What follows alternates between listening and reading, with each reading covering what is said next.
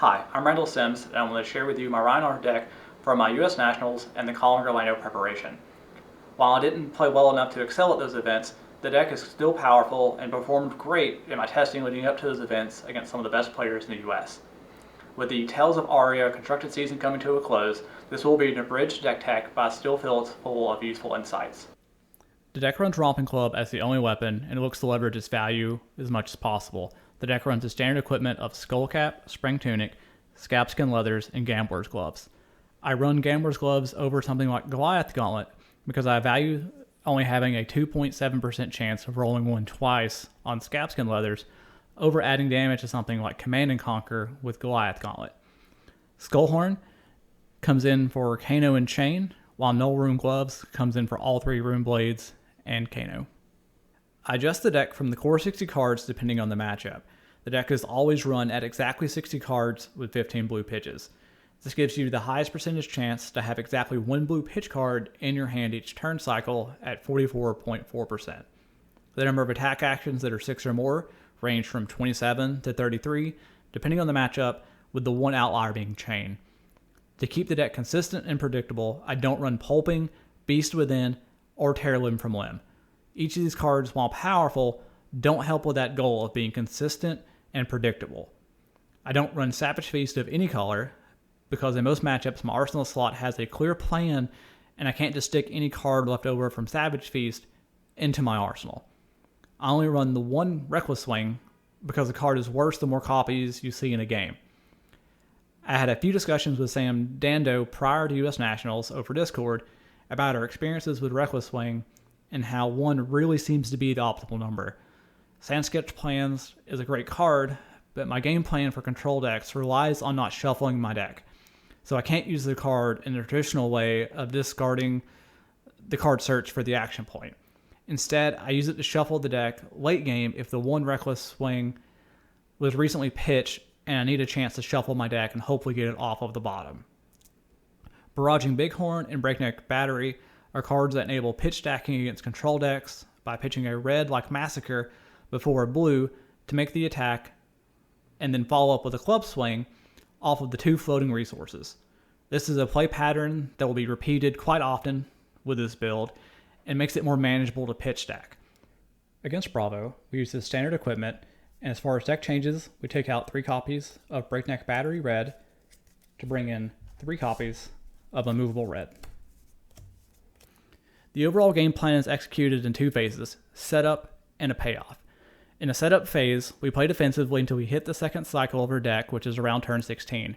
This is achieved by getting red unmovable into our arsenal to prevent Dominated Crippling Crushes and Terra Sunders from taking away our tempo by making us discard. Unmovable red is used because from the arsenal it cleanly answers Crippling Crush just by itself. Sink Below works as a buffer in between our unmovable draws. Some of the small advantages I'm trying to gain during this phase are to get my opponent to use up all their Sink Belows and their Fate Foreseens. I want to account for all 3 of my opponent's Crippling Crushes, Command and Conquers, and Terra Sunders, and hopefully have them all in their discard pile. I want to use my Command and Conquers to draw out armor blocks from my opponent. I still want to have my Gambler's Gloves up, and I still want to have the majority of my copies of Barraging Beatdown, Red and Yellow, Alpha Rampage, Blood Rush Bellows, and Massacre still in my deck. And lastly, I want to make sure I have at least 15 life left before going into this second phase. Once we hit that second cycle, we are now in the payoff phase. And now it is important to remember that fun is a finite resource, and going forward, we will be having all of it. The arsenal slot is now free to tuck away Massacre and Alpha Rampages, and our goal is to chain together as many 3+ Intimidate attacks and close out the game as quickly as possible. Scabskin Leathers really shines here if you still have your Gambler's Gloves up to allow you to apply pressure and finish off the game. Against Briar, we'll be using the standard equipment. Separate, we'll be switching out Gambler's Gloves for Null Rune Gloves. And as far as deck changes, we'll be taking out all 3 copies of Swing Fist Think Later and all 3 copies of Savage Swing. And we'll be bringing in 3 copies of Fate Foreseen and 3 copies of Yellow Pummel. The plan against Briar is to force blocks. The matchup isn't favored, but with a good opening turn and drawing Command and Conquers early, we can still win. Pummel plus Command and Conquer is our only good way of getting back tempo after it's been lost. The Arsenal slot is dedicated to Pummel and Command and Conquer for this exact reason. Try and keep a blue card as your last card when blocking, so that on your turn, when you pitch for your club swing, you have the one resource available to pay for the arcane barrier against Sigil of Suffering. Spring Tunic works as a backup plan for this. The only 2-card hand that we'll be attacking with that doesn't involve Command and Conquer is to play Barraging Beatdown, red or yellow, to be followed up by a club swing. For equipment changes against Chane, we'll be bringing in Skullhorn and Null Rune Gloves. And as far as deck changes, we'll be taking out Swing Fist, Think Later, Breakneck Battery Red, Massacre, and the 1 copy of Reckless Swing. We'll be bringing in all 3 copies of Fate Foreseen, all 3 Red Unmovable, all 3 Springboard Somersault, and then the 1 copy of Awakening Bellow from the sideboard. With the Seeds of Agony banning, Rhinar might be one of the best decks at fatiguing Chane. Most likely past the first turn, you won't ever attack until they're out of cards. The exception to this is when we can play a Command and Conquer early to pick off their arsenal. Or if they start slowing down, we can also start pressuring them in club swings. You want to block with your red pitch cards first, and in the late game we should only have yellow and blue pitch cards left in their deck, making it more difficult for them to finish us off with just arcane damage. You want to use your Tunic to help pay for unmovables, and also your arcane barrier. This should really be your best matchup. Against Oldhim, we'll use the standard equipment, and as far as deck changes, we will take out 3 copies of Breakneck Battery Red to bring in 3 copies of Unmovable Red. Against Oldhim, use your arsenal unmovable reds to stop their large dominated attacks. This will play out like a much more forgiving match against Bravo. Once they lose all 3 copies of their Terra Sunder, their deck just doesn't apply much pressure. The play pattern of a go again attack followed up by a club swing with the 2 floating resources is at its peak here because it plays around their hero ability so well. Against Prism, we use the standard equipment, and as far as deck changes, we take out 3 copies of Sink Below to bring in 3 copies of Yellow Pummel. Aura Prism is a long but favored game, so keep an eye on the clock. Take turns off to kill auras, and roll for Scabskin Leathers if they ever get 2 auras down at the same time. I like to pitch stack Barraging Beatdown red and yellow until all 3 Arclight Sentinels are accounted for, then use a multiple Barraging Beatdown turn to close out the game. Keep in mind, if they play Library, you get the Intimidate triggers from discarding the 2 yellows in order to remove it from play. Against Boltyn, use the standard equipment, and as far as deck changes, we take out all 3 copies of Swing Fist, Think Later, Breakneck Battery Red, Savage Swing, and the 1 blue copy of Barraging Bighorn. We bring in all 3 copies of Fate Foreseen, all 3 copies of Springboard Somersault, 3 copies of Yellow Pummel, and then the 1 copy of Awakening Bellow Blue. If they're on Sabers, just pay attention not to give them go again with an attack action block, keep your life total high, and time your Command and Conquers for when they Arsenal Illumina Ascension. Rated builds are tougher, but we operate better off 1-card hands, so it's difficult for them to out mid-range us. Overall, this is a slightly favored matchup with all the defense reactions. Against Katsu, we use the standard equipment, and as far as deck changes, we take out all 3 copies of Swing Fist, Think Later, and bring in 3 copies of Fate Foreseen. This is where a pitch stacking plan doesn't cost us when sideboarding. We board for aggro, and if it is control, we just start pitch stacking. Against aggro and mid-range, I prefer to double block red and yellow Surging Strike, and if they naturally have the red Welling Gust Wave, I'll use equipment to make up the difference on that block.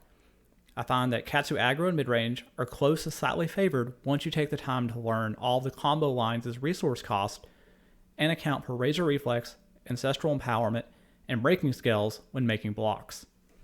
Against Lexi, we use the standard equipment, and as far as deck changes, we take out all 3 copies of Swing Fist, Think Later, all 3 copies of Savage Swing, and then bring in 3 copies of Fate Foreseen, and then 3 copies of Yellow Pummel.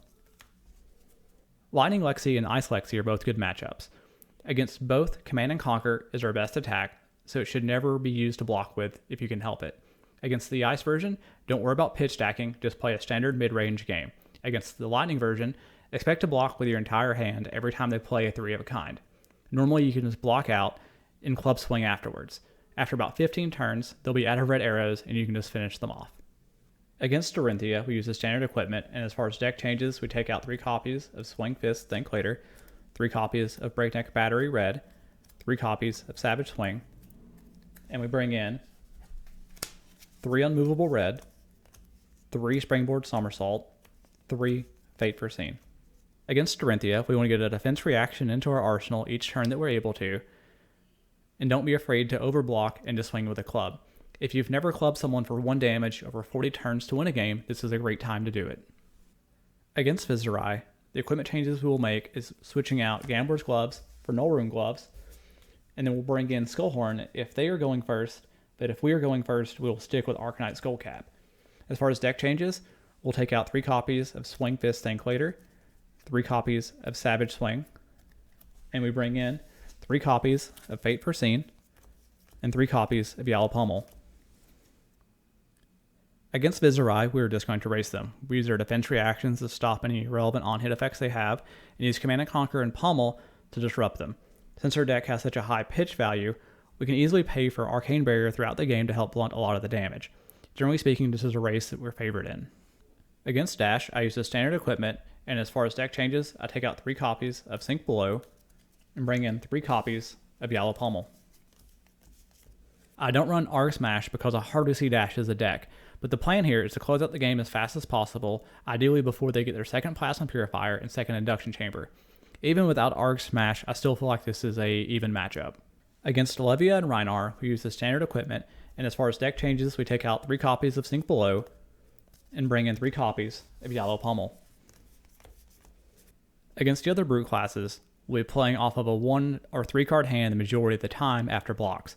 Since we don't have any 0 block cards outside the 1 Reckless Swing, this is where it really begins to show, and it ends up being the deciding factor in this matchup the majority of the time. Against Azalea, we use the standard equipment, and the only deck changes we make is we take out the 3 copies of Sling Fist Thanklater, 3 copies of Savage Swing, and bring in 3 copies of Fate Foreseen, and then 3 copies of Yellow Pummel. Against Azalea, play the cards in this pile, win.